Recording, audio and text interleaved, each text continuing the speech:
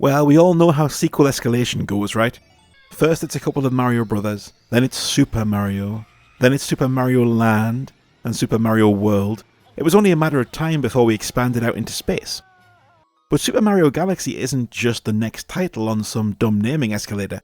It really does represent the fact that this game was bursting out with fresh ideas, perspectives and mechanics that really does feel like it goes far beyond what could be contained within Mario's world.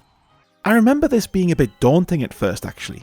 The Wii is brand new here, remember, so the idea of controlling the game with the Wiimote and Nunchuck combo already felt a bit weird. But then almost immediately, you're dropped into an environment where you're never quite sure what's up and what's down, what's solid ground and what's going to move, shift, or disappear over the horizon, or from right underneath you. And the game is playing with the physics right from the start, teaching you about the gravitational pull of all these distinct platforms and planetoids by just dumping you in and letting you figure it out.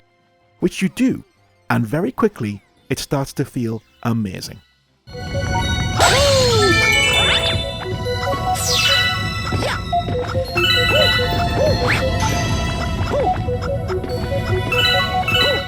It would have been perfectly acceptable to make just another Mario game. Listen to that. How ludicrous a statement is that, by the way? Just another Mario game.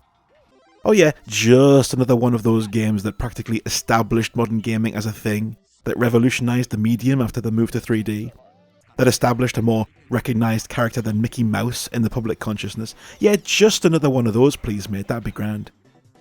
But you know what I mean. To a degree, we saw that with Mario Sunshine. Yes, I know Flood added a new angle to it, but it really was just more or less more Mario 64. And that was pretty great. But this is far more ambitious.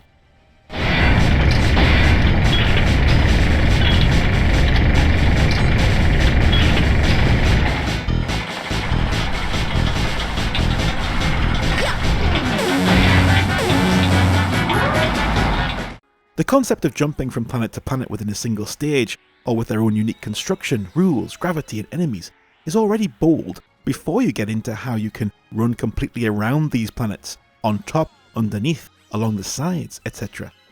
Always with focus on where the centre of gravity is, which will change from platform to platform. Then to design those platforms so expertly to take advantage of these mechanics, from relatively simple jumping around to complex constructions with constantly shifting gravity.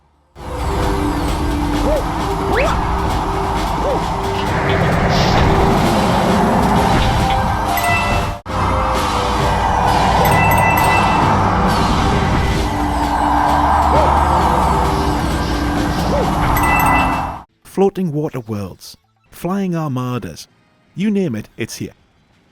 This is also where we first saw what would become the traditional move of introducing new power-ups in every game, and there are a bunch of them here. You can become a cute little bee and fly around briefly, even finding time to take part in a little reference to Shadow of the Colossus here. Come on, you know it is, how are you? You know that's what they're doing here.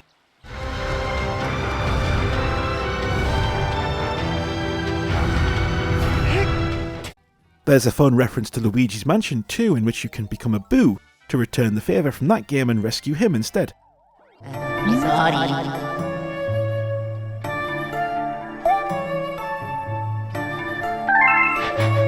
Yeah!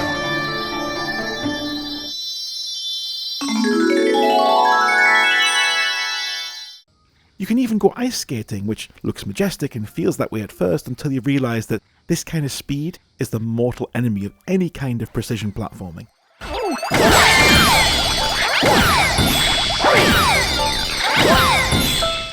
This is about where the game starts to show its teeth and you realise that the tutorialising and hand-holding is over. Galaxy ends up being really quite tough in the final third, but it's all presented with such panache and colourful joy that you never really get too frustrated.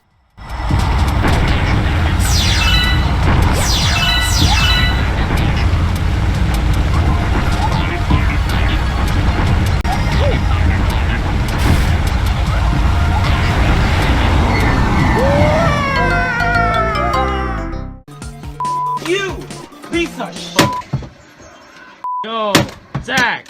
You! Zach! The boss fights with Bowser and Junior are all present and correct, along with your traditional sub-bosses like Petey, so there's plenty of familiar stuff here, filling out that brand new universe of shiny new toys and mechanics. But what sticks with you throughout all of this is how much you'll smile while playing. This game is full of joyous moments that genuinely surprise you with their originality.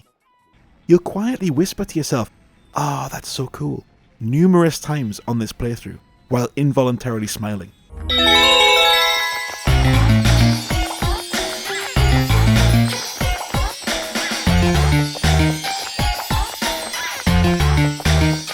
That is the experience Nintendo has historically been the absolute best at producing, and Super Mario Galaxy might just be the peak of that specific kind of game design. The real genius in Galaxy is how it keeps introducing new moves and mechanics throughout, keeping the game constantly fresh, and meaning there's always a delightful new surprise around the next asteroid.